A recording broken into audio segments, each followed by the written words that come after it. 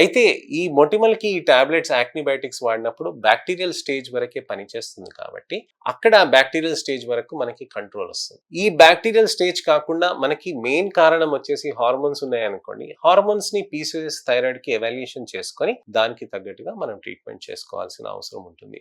ఈ PCOS thyroid కి మనం ఎలా అయితే ఎవాల్యుయేషన్ చేసుకుంటామో దానికి తగ్గట్టుగా ఎండోక్రైనాలజిస్ట్ మెడిసిన్స్ ఇస్తారండి అవసరానికి తగ్గట్టుగా. మేము ఇచ్చేది ఏంటంటే వైటమిన్ ఏ ఐసోమర్, ఒకవేళ యాక్నిబయోటిక్స్ పని చేయకపోతే మీకు మంచి వైటమిన్ ఏ ఐసోమర్స్ ని అనేటివి మనము మెడిసిన్స్ ఇస్తే ఆయిల్ గ్లాండ్స్ మీద ఇంపాక్ట్ అయ్యి, ఆయిల్ గ్లాండ్స్ అనేటివి నేను చెప్పాను కదండి, ఒక్క కణం అనేది 4 కణాలుగా మారింది. అలానే ఆ 4 కణాలు మారింది కూడా ఎక్కువగా ఓవర్ యాక్టివ్గా చేస్తున్నదాన్ని రిడక్షన్ చేసేస్తుంది అనమాట.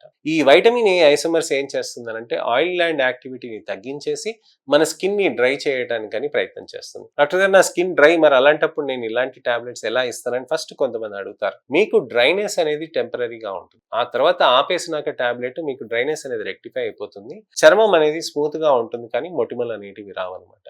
ఈ వైటమిన్ ఏ ఐసోమర్స్ ఒక 6 మంత్స్ 8 మంత్స్ అలా వాడితే మనకి మంచి రిజల్ట్స్ ఒక సంవత్సరం వరకు అనేది రావండి.